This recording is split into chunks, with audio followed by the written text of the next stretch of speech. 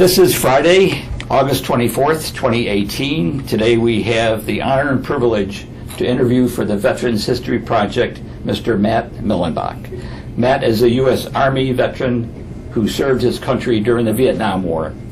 This interview is taking place at the VA Ann Arbor Healthcare System in Ann Arbor, Michigan. My name is Vince Manta, and also in the room is Matt's sister, Peggy Harless, and brother, Richard Millenbach. Very good.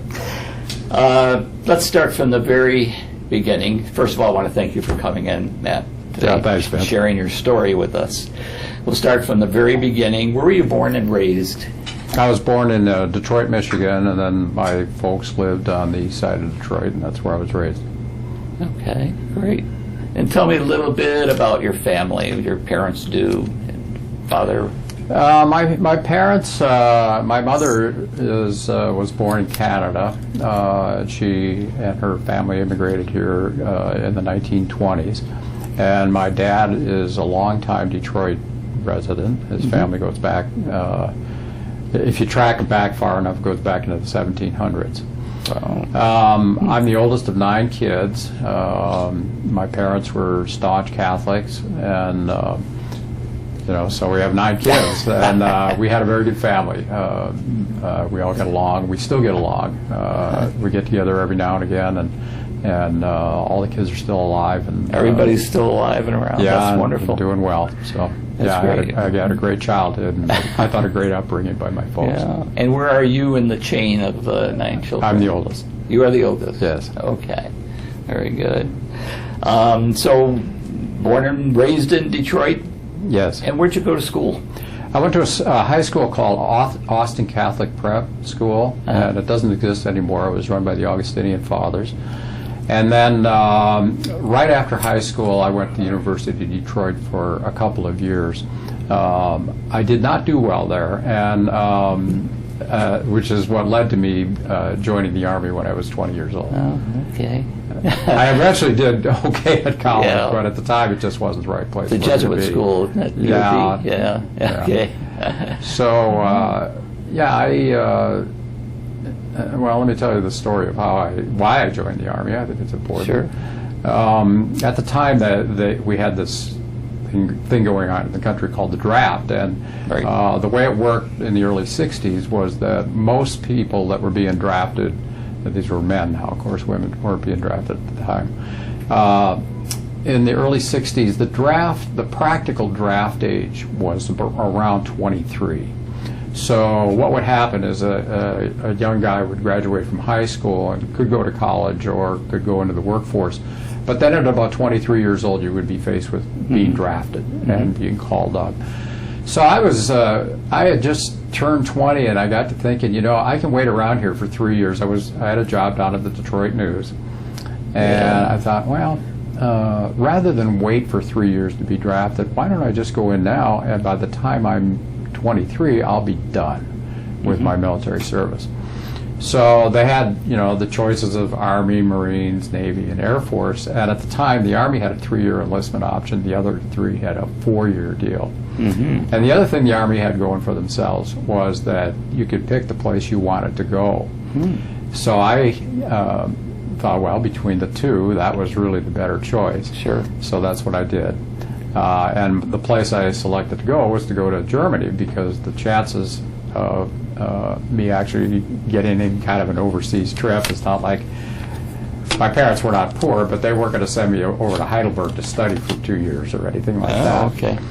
So I did. I joined the Army, went to Germany. I became a field artilleryman after I got into the Army, and And I was assigned to the 3rd Armored Cavalry Regiment in Germany, and spent 2 years over there, and really enjoyed it. It turned out to be everything I'd hoped it to be. I got a great tour of the.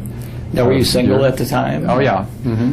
Okay. And yeah, so I enjoyed the Army. I did reasonably well at it. You know, I knew my job, and I liked the people I served with, and got a good tour of, you know, Western Western I've heard Europe. about Germany is you can go different places all over Europe from Germany. You could. I went to France. I went down to Italy, Switzerland, all of that. Yeah, it was great. Yeah, that's great. 2 years. Now, you went in as an enlisted man. I was not. Yes, I went in as a private. Okay. And the Vietnam War had really not, at that time, had really not.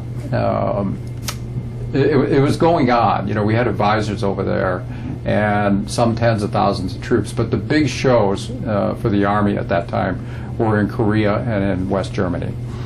And you know, the real threat to the country in '63 was from the Russians and from the Chinese. And so, you know, that's where most of our troops were stationed. And if there had been a war that had started in Western Europe, then we would have been expected to try to stop the Russians from invading all of Western Europe. So in '65, the war in Vietnam really started heating up then. We started sending a lot of troops, and one of the things that they needed was officers to staff up these increased troop commitments, and the resizing of the Army. The Army was just bringing in lots of troops. This idea that the draft age was 23. I mean, within a year or two, that quickly went down to you know, the 18 and 19 and 20-year-olds.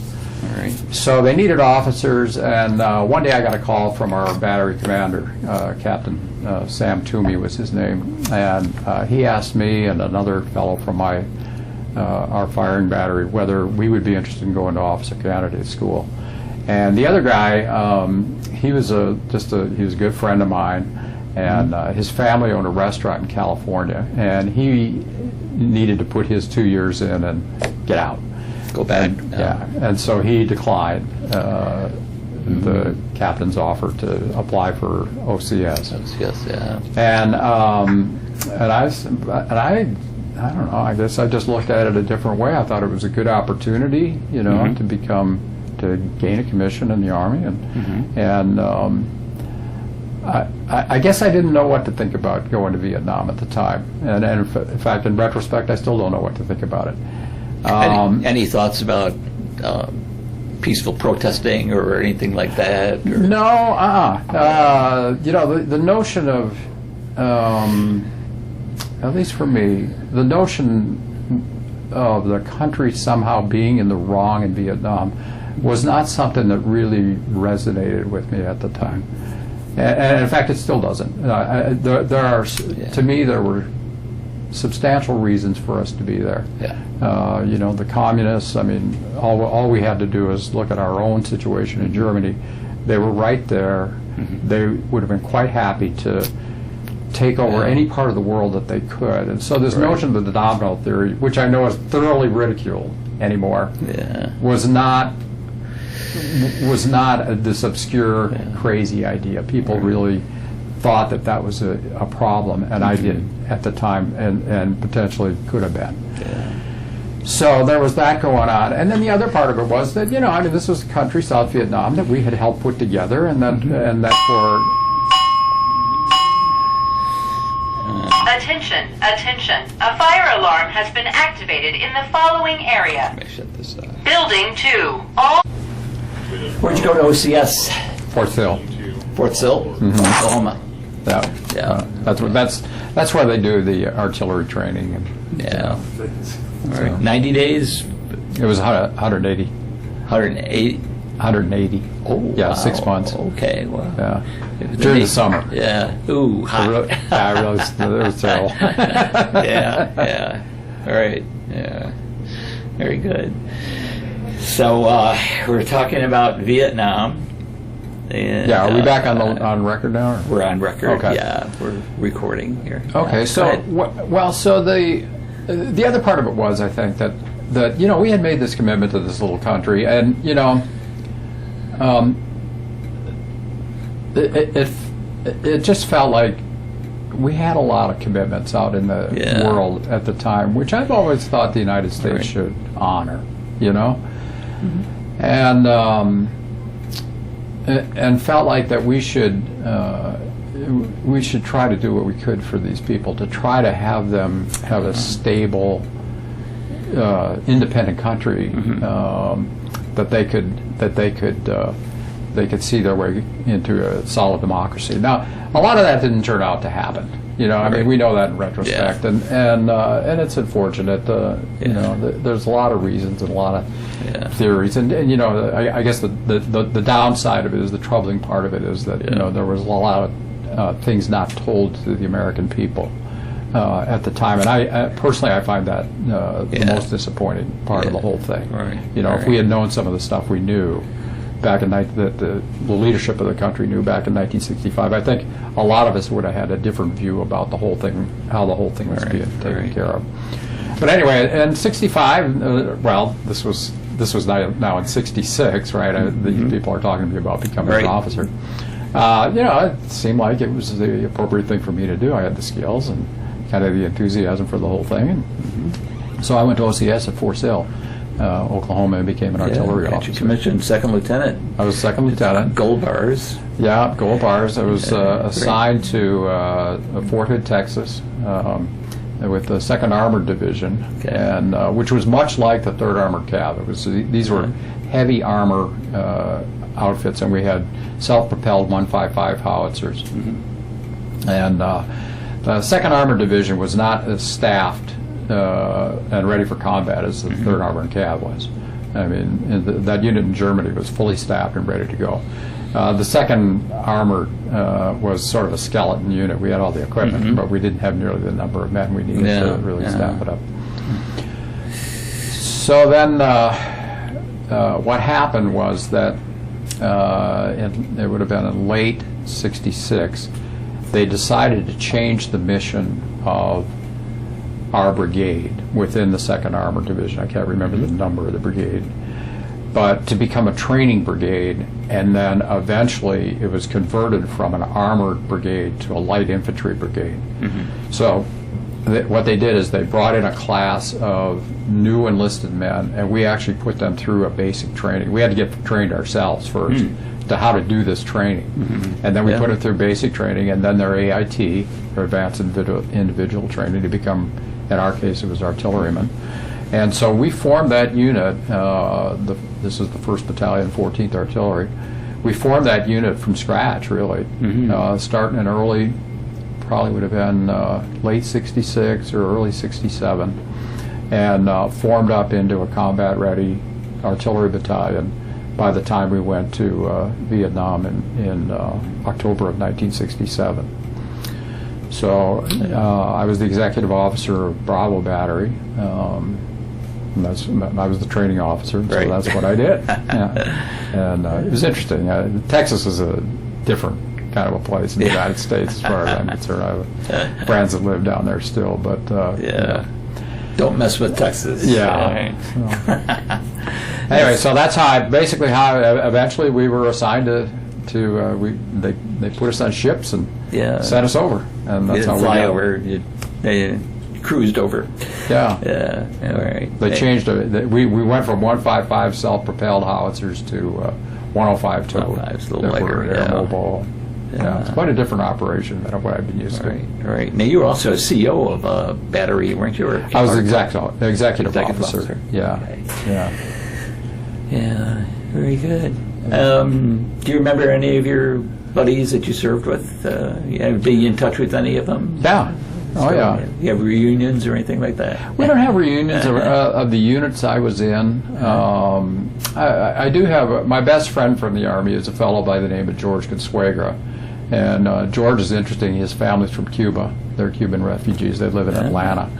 And George and I have kept in touch over the years. And he was in a very similar situation. You know, he was an ROTC officer.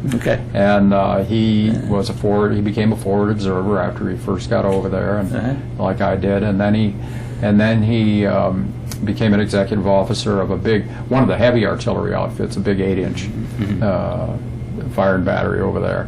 And yeah, and he and I have kept. George has been very successful down in Atlanta as a banker, and has done well. He's my best friend from there. The other guys I really haven't kept in touch with, and I have not been that active in veterans organizations over the years. I don't know. It's just I belong to the Vietnam Veterans of America. And when you came back from Vietnam, did you experience any animosity by civilians or anything like that? Like some of the vets did, you know, you mean with the Vietnamese civilians? No, American. Oh, no. Well, no. Let me tell you about that.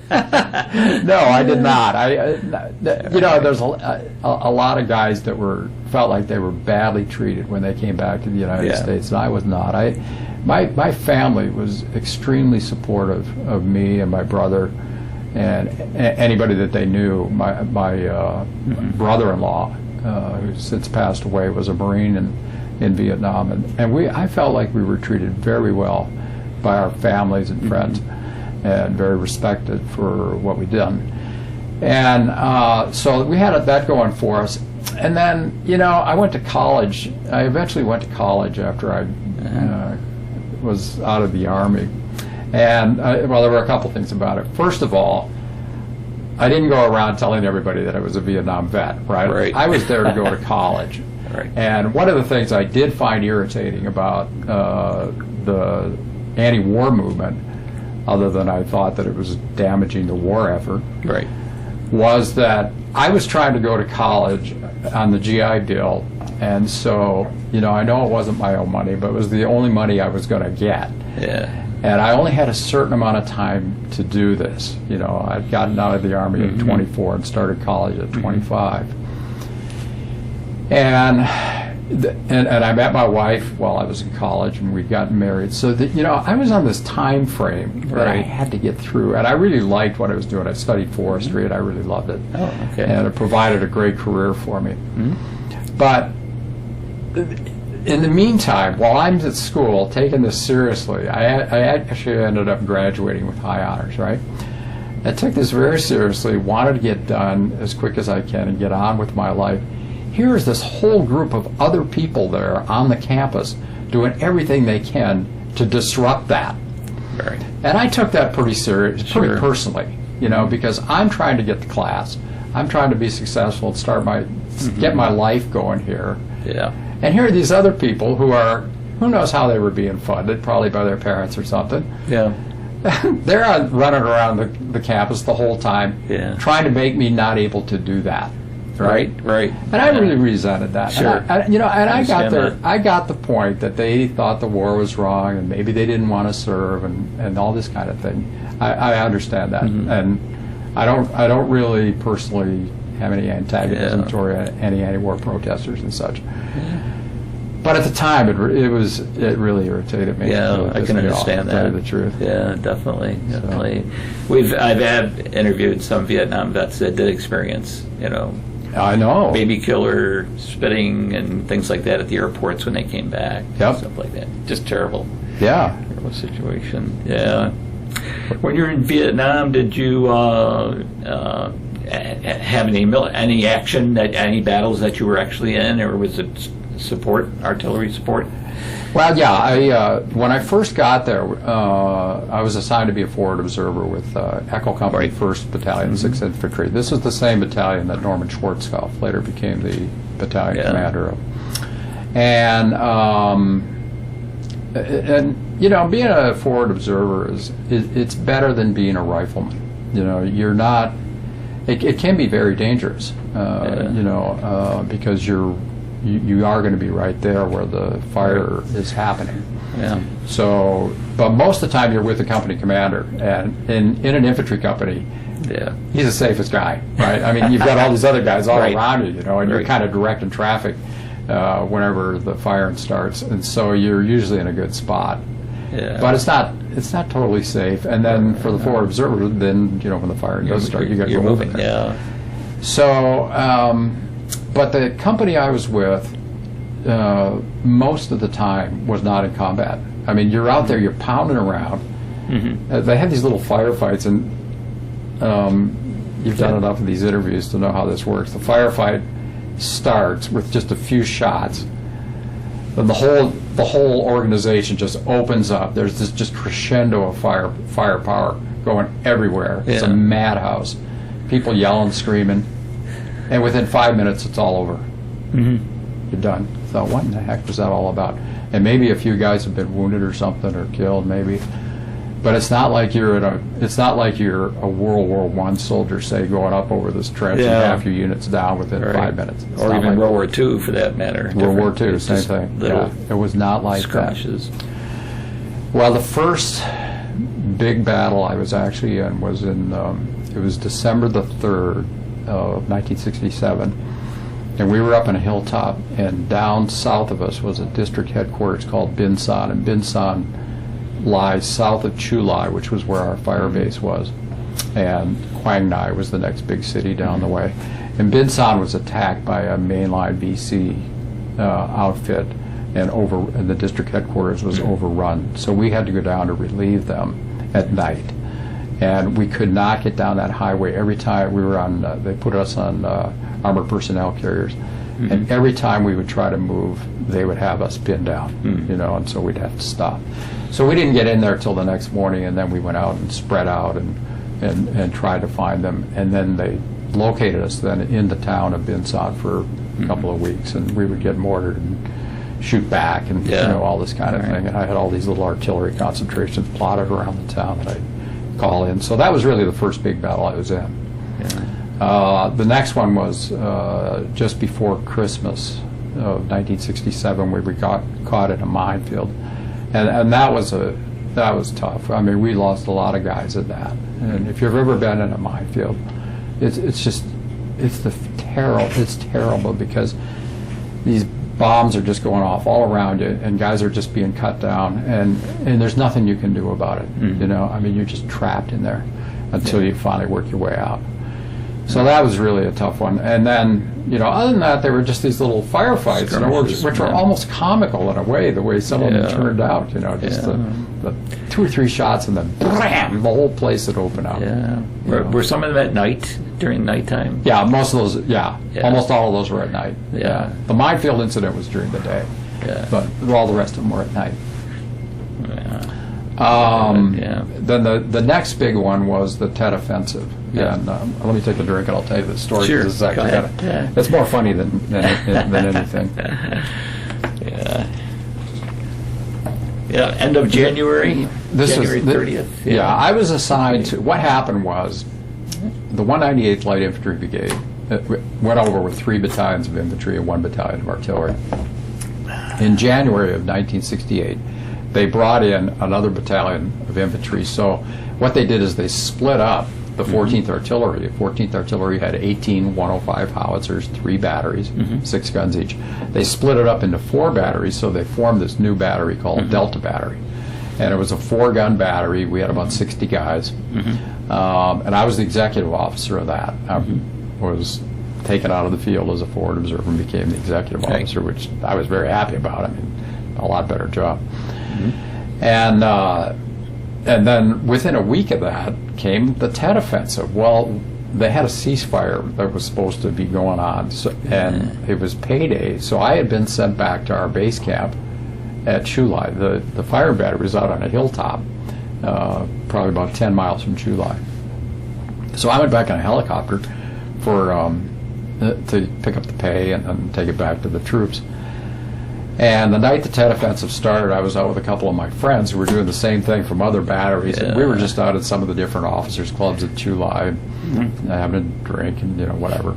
And we're sitting in this officers' club, and all these tracer bullets are just flying through the air. The red tracers, which is our side, the green tracers, which is the NBA and the VC side, And we think, man, something's going on. So we went back to our hooches and crawled in bed. And while we were in bed that night, in the middle of the night, these huge rockets come into the base. There was a Marine Air Base there. And they rocketed the base and blew up the ammo dump. And so, I didn't know what was going on. I mean, I was just, it's not like I was scared to death, but I just couldn't figure out exactly what in the world? This is about a mile away that all these explosions are going on. So they destroyed a bunch of planes and the ammo dump and all that. So I just kind of crawled underneath our hooch, which was sandbagged all around, and I just hid down there because I didn't know where to go, you know. And the next day I got up, made my way back to our battalion headquarters and tried to get back to my unit. I'd spent the next couple of days sitting on a helicopter pad waiting for a helicopter ride back to Delta Battery, which was out there firing like mad. Yeah, sure. And they had a big battle going on while I was gone. Right, so I finally got back there, and they were telling me all these tales about how many rounds they'd shot, and how busy they were, and all this other kind of stuff, you know. And of course, here I am, practically sat out the whole Tet Offensive, I thought, on this stupid helicopter pad waiting for a ride back. Well, then after about a week, our area was pretty well cleared up from any activity. So they flew us up to Da Nang, which was still under a lot of pressure from the 2nd NVA division that had come down from North Vietnam. That came down the Ho Chi Minh Trail. And I can still remember the Marines came down and picked us up, and they put us onto these big Jolly Green Giant helicopters, and then they slung our howitzers underneath the helicopters and, you know, carried us up there. And we're flying along. It was about a 50-mile flight. And we're flying along, and we're going over the South China Sea. We're way up in the air, and you could see out the back of the helicopter, and I could hear these big boom, boom, boom kind of noises. Like you could think, what in the world is going on? So I went over by the back of the helicopter, and I looked over the edge, and there were these Navy ships there out in the ocean shooting toward the shore, right?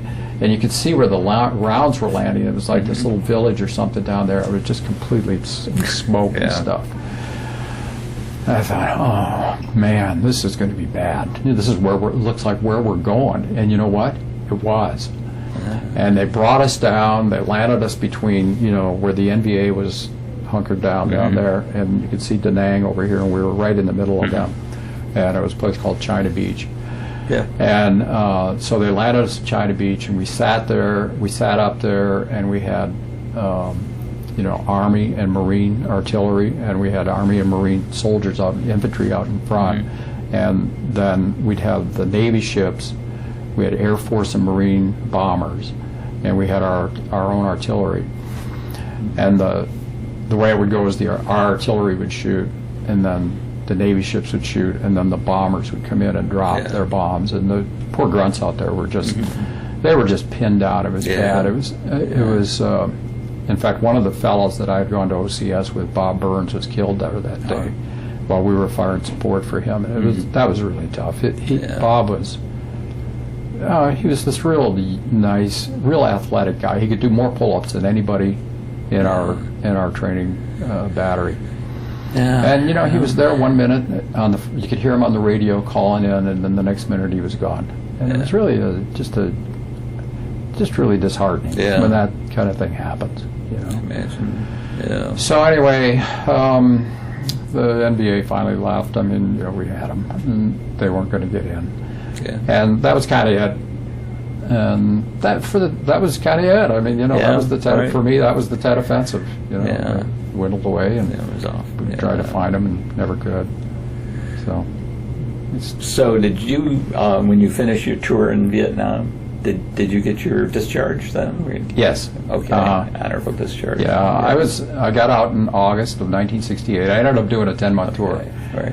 Because my time to get out was coming up, right? Oh, okay. And they offered to make me a captain if I would extend for a year. Well, I wasn't going to do that, you know. By this time, during the time I was there, I sort of reached the conclusion that we might have been on, that this was not going to go well. I just didn't feel like we were doing the things we needed to do to win the war.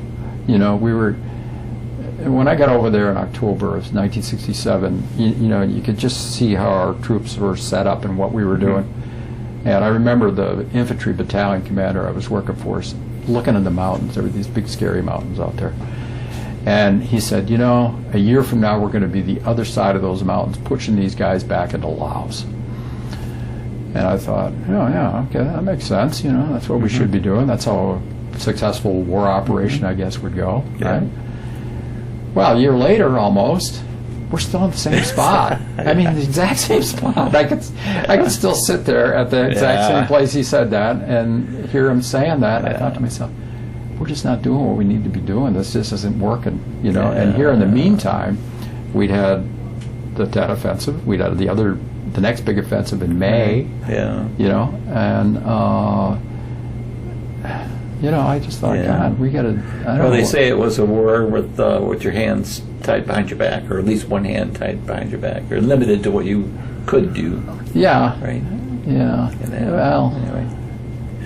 Yeah. I mean, you know, it's just like, I don't know what the answer is. You know, I thought about this my whole life. This is over 50 years ago. Yeah. And I've had a lot of time to think about it. And, you know, it's just like whether we should have left the Vietnamese. I mean, you know, eventually we abandoned them. Yeah. And whether that was the right thing to do or not, I don't know. I personally, way down deep inside of myself, I think it was the wrong thing to do, to just leave them on their own. But I don't know what the answer was. You know, I just don't. So history might tell us eventually. Who knows? Yeah. So you went back to the States, got your discharge, went to college right away? No, when I first got back, I got a job at the 3M company. I worked in their sales office in Detroit. And while I was there, it became obvious that you know, a college education was going to get you a lot farther than not having one. So it was kind of a funny story. I had been going to the University of Detroit, and I really had not done well academically. And when I graduated, or when I left there, I was on probation, right? And they told me that you can come back here, but you can be on probation. So I thought, well, okay. So 5 years later, I went back there, and I went up to the admittance office, and I even went in and talked to a counselor, and they said, and asked them about getting back in to U of D, and they said, oh yeah, we'd be happy to have you back. And they went through my records and such. Of course, you'll still be on probation. And I said, well, why would I do that? You know, that just sounds crazy. You know, I'd be starting out with, I forget what my grade point average is, 1.9 something, you know. And I'd have to work my way up from there. What happens if I didn't make that? And they said, oh, well, then you'd be out for good. I said, I'm not going to do that. That sounds stupid. You know, and plus it was a private school. It was expensive. Yeah. And I was going to be ideal. So I went to Wayne State. Wayne State, yep. Yep, and they were very happy to have me, and you know what, I was happy to be there. But that's where I first ran into this problem with all these anti-war people out there. You know, I mean, they were going crazy there. They were running all over the campus all the time, and I'm trying to get my coursework done, you know.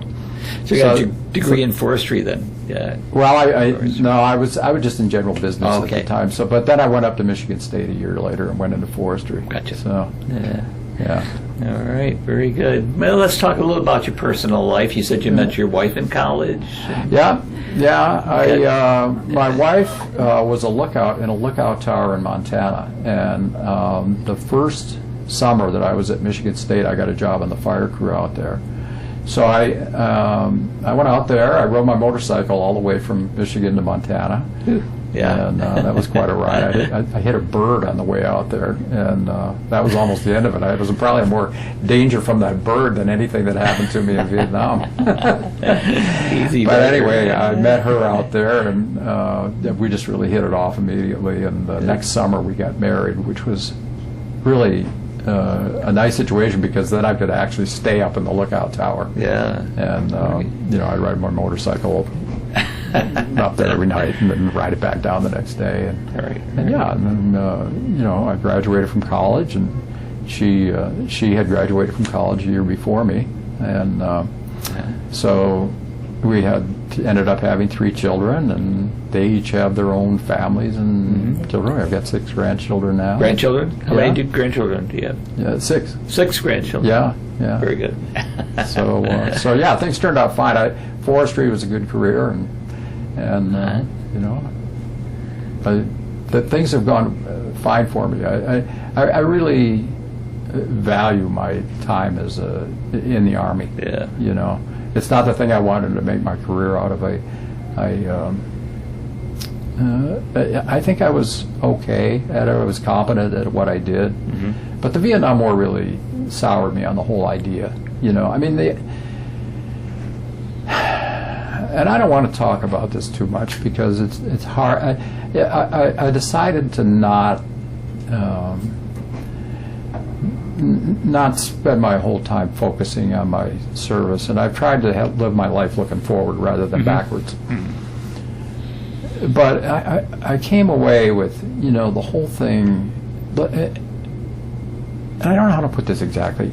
I'm not a pacifist. I think the country needs to stick up for itself, you know, and have a leading role in the world, because we've got that capability and national ideals that I think are valuable for people to at least know about. But, you know, some of the wars we fought are awful. Yeah. The Iraq War, I think, was a national disgrace. Yeah. The way it was, the people were lied to. Yeah. And I've had friends lose children there. Yeah. And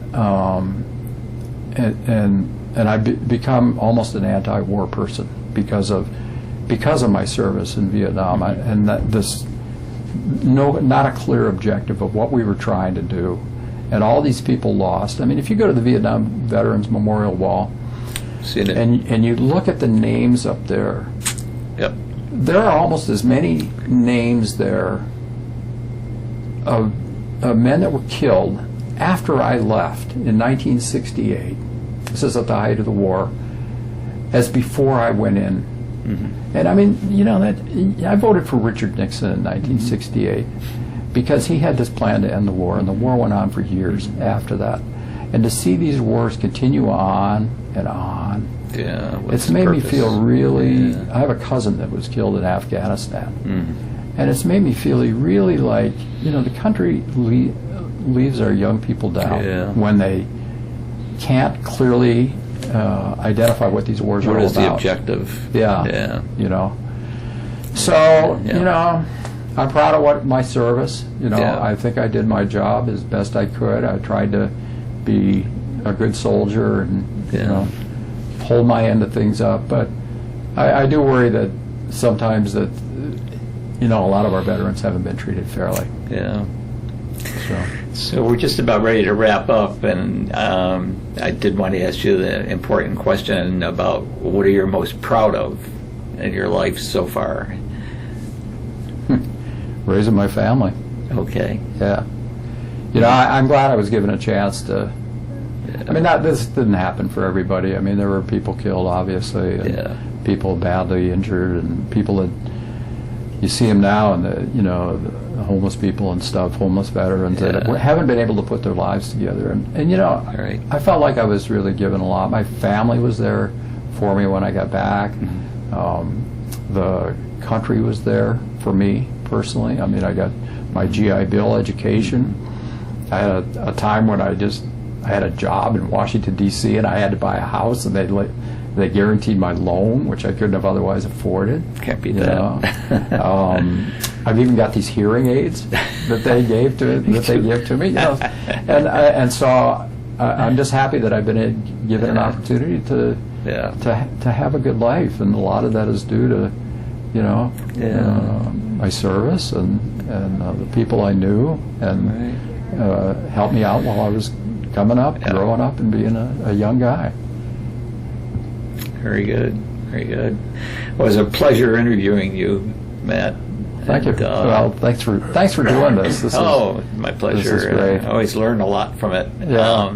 But again, thanks for sharing your story with us, and wish you good luck the rest of your life. Okay. Well, thank you. All right. Thank you. There we go. Want to take a break for? Yeah, let me hit the drum real quick. All right. That's good. I'll take it off.